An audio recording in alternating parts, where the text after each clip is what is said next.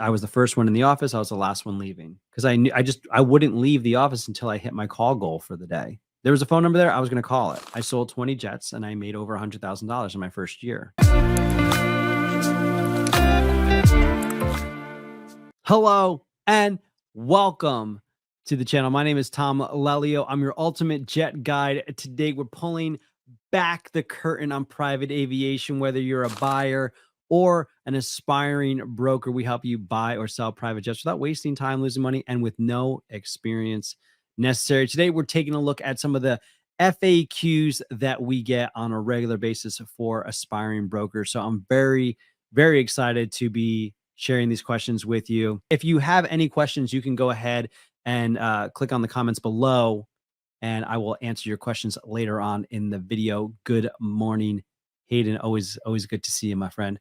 All right. So number one, how do you get to be a jet broker? What does it take? What do you have to do to become a private jet broker? So becoming a private jet broker is really interesting because there's no license or certification to be a private jet broker. It's one of the best parts about being a private jet broker.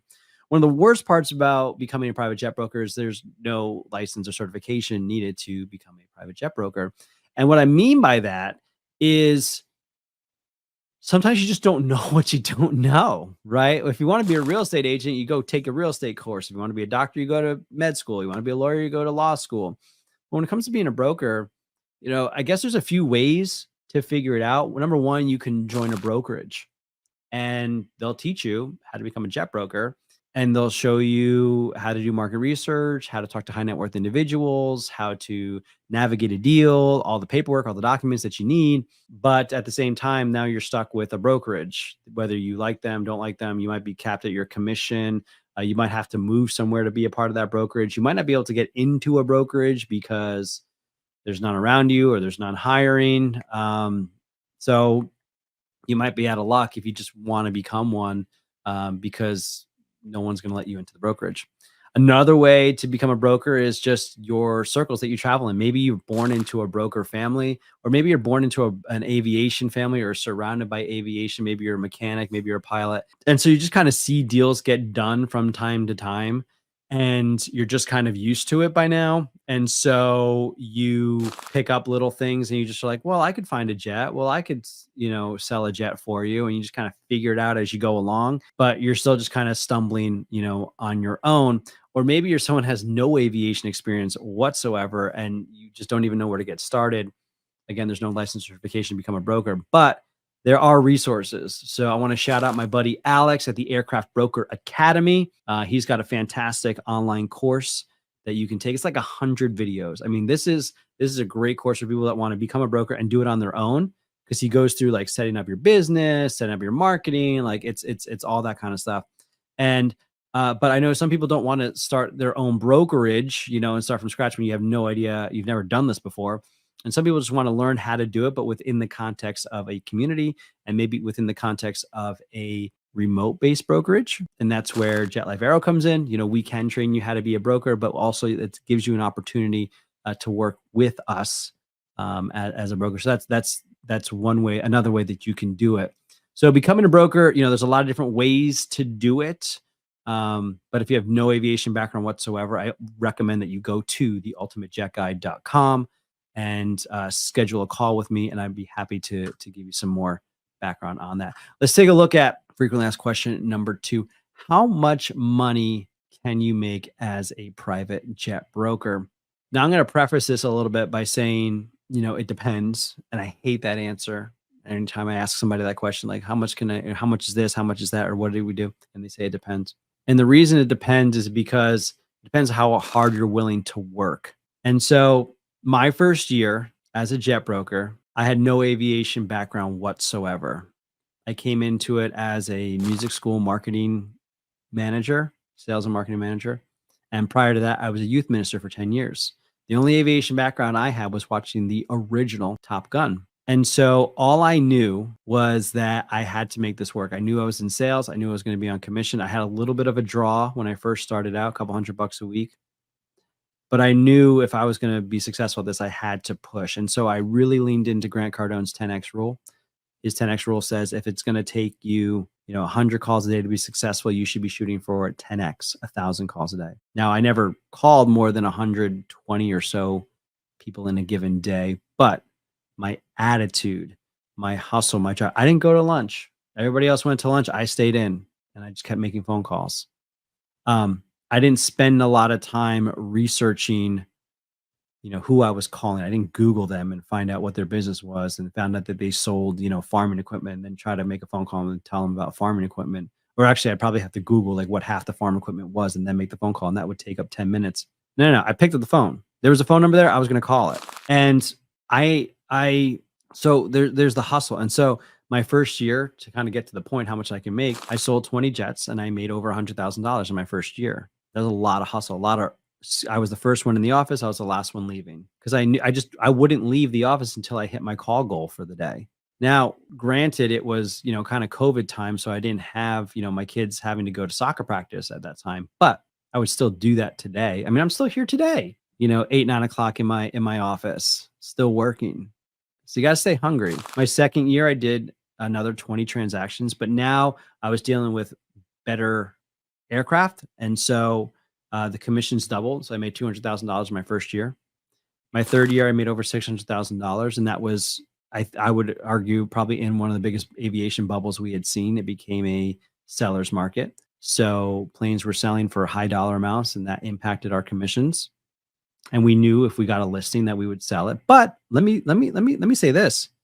Yeah, it was a booming market, but you know what? Everybody was succeeding, but you know what? Not everybody succeeded at the same level, and you needed to have a listing. And a lot of people were calling to get listings, but I found at least 20 deals. Some people only found 2 or 3 for the year, and they made their 100 grand and they were done. They were fine. I wasn't. And so how much money can you make is really up to you. The key to making money as a jet broker, number one, is you got to master the cold call. You got to master picking up the phone and doing the work. And that's going to get you your first 10 grand, just picking up the phone. Then you have to start to master what you're saying on the phone call and how you're negotiating deals. Then you have to and that'll maybe get you 25K. Then to get to 50K, you have to master, doing multiple deals. And then to get to 100K, you need to master doing all those 4 things: cold calling, negotiating the deals, navigating the deals, getting them to close, and then at multiple at a time. So for example, when I was busy, I had almost 20 listings, probably between 12 and 20 listings at any given time under my name. And I probably had 3 to 6 deals going on at once. And that's the level you need to play at if you want to make multiple 6 figures. And just to be clear, again, if you want to learn how to be a jet broker and make 6 figures, I can help. If you want to be a jet broker and be a millionaire, I'm not your guy. I haven't done that. There's some amazing, amazing professionals in the industry that have been around for generations, literally like 3rd generation. And I'm sure they can help you. Now, it might be harder to get their attention. It might be hard to get them to pay attention to you, for them to actually train you. And it might be a whole different process, but I just want to be super transparent on what I offer when I talk about pulling back the curtain and talking to people about, becoming jet brokers. So how much money can you make? My goal when I work with people is to help them make $100,000 in their first year. Not everybody does the work that needs to be done, but that's my goal as far as how much money people can make. This was a great question I got actually yesterday on a phone call. They were asking, will artificial intelligence replace brokers? And what I like about this question is that it's very timely, right? I mean, it's something that we have to talk about, something that we'd be aware of. And in my personal opinion, I said, no, I don't think so, because every deal is different. And so I'm actually currently working with a piece of software that I'm really excited about. It's a piece of software specifically designed for brokers so that when you put all the details of a deal into, it will not only track it, but it can actually automate some of the process of the deal. I can put data into it and it can spit out a valuation on an airplane. I can put data into it. It can spit out a whole contract with a template. I can put data into it and we can almost use it like an escrow. And it's fantastic. I love technology. But I was on the phone with the developer yesterday because I had 2 deals, both that were different, that required different ordering. It required different wording. It required different details of the deal, and the computer couldn't keep up because every deal is different. And while AI is getting better and better, and I believe it will it will play a role in transactions, I do see a day where a lot of the transactions are automated through AI, and transactions are tokenized and put on the blockchain, and smart contracts are used. And I can't wait for all that kind of stuff. But there always will be a need for a broker, because a machine won't be able to be as flexible, and a machine's not going to talk to an owner or a buyer when things are hitting the fan and calm them down. So when the seller has gone through a pre-buy and now they have to fix $100,000 worth of squawks, AI is not going to make that phone call and be like, "Hello, sir. You need to fix $100,000 worth of squawks on your airplane that you thought was perfect because it just went through an inspection with the manufacturer 6 months ago. And now you owe $100,000 because that's the agreement that you agreed to.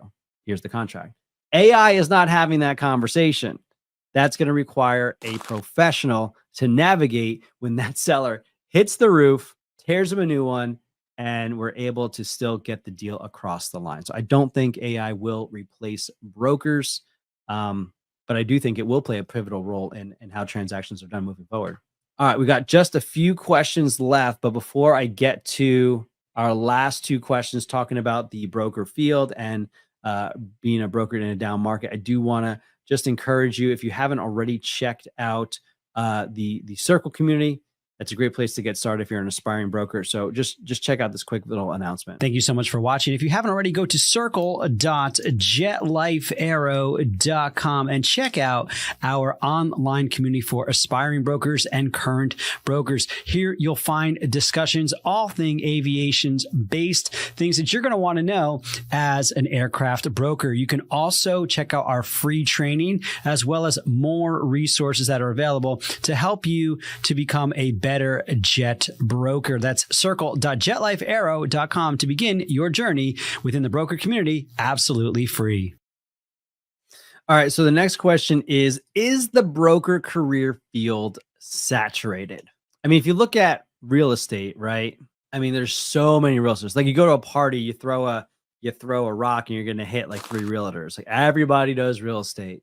I just saw another buddy of mine. He was on Facebook. He was a youth minister, and he's like, "Hey, I needed to make some extra income, so I became a real estate agent."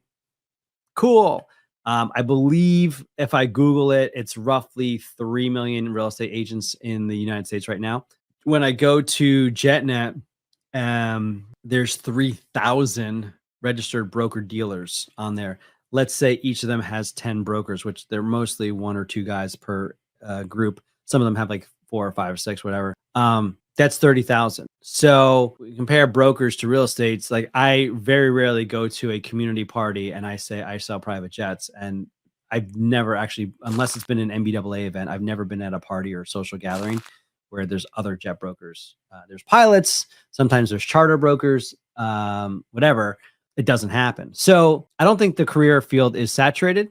I think the career field has been kept from a lot of people. And I feel very blessed that the agency that I worked with took a chance on someone with no aviation background. And this is what I'm doing here, is trying to, aviation changed my life. So I want to help more people change their life through aviation.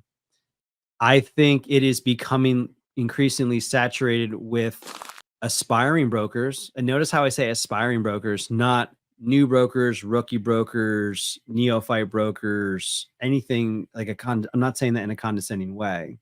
Yeah, more people are coming into the industry, there's a reason why part of Jet Life Arrow's vision is to raise the level of professionalism in aviation, and we're going to make mistakes along the way, but that's our ultimate goal. And so I think it's important, if you want to be in aviation, that you partner with a group or an individual that can help you do it the right way, and that can help you do it with professionalism.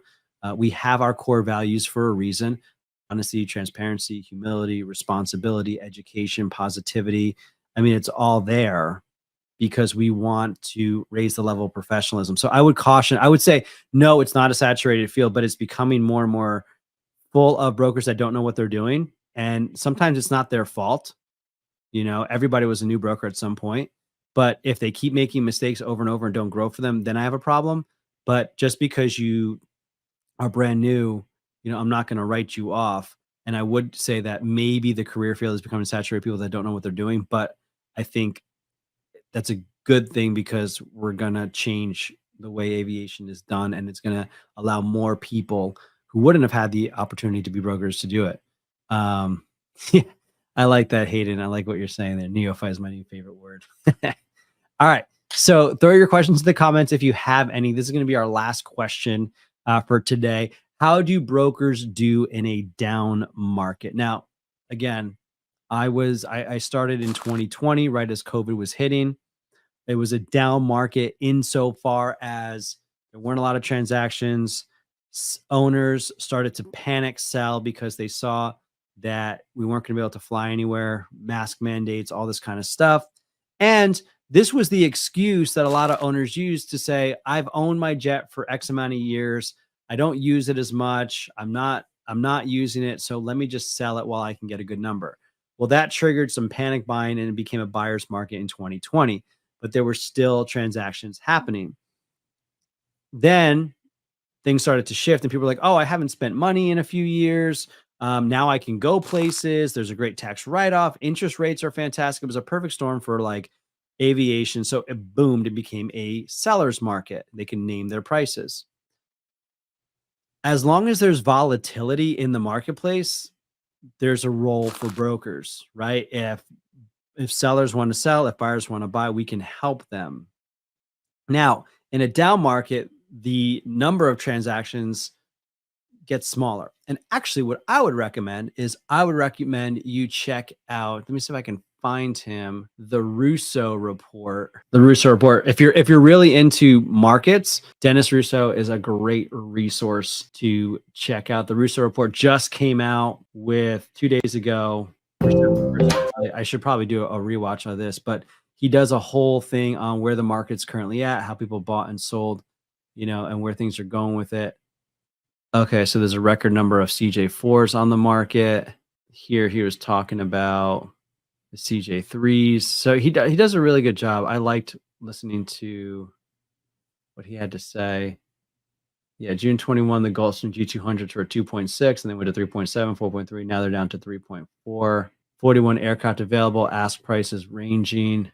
Market time is 188 days. At one point, it was 139, but the absorption rate is a lot lower, or a lot longer. Anyway, all that to say, how do brokers do in a down market? You might have to work twice as hard to get the same results, or maybe a little bit less, but that's how I take it. I take responsibility. It's up to me to find success no matter what the market is. There's always opportunity. And so I think this is a challenge. A down market is a challenge. If you're a broker on your own, you're just kind of like, oh my gosh, what do I do?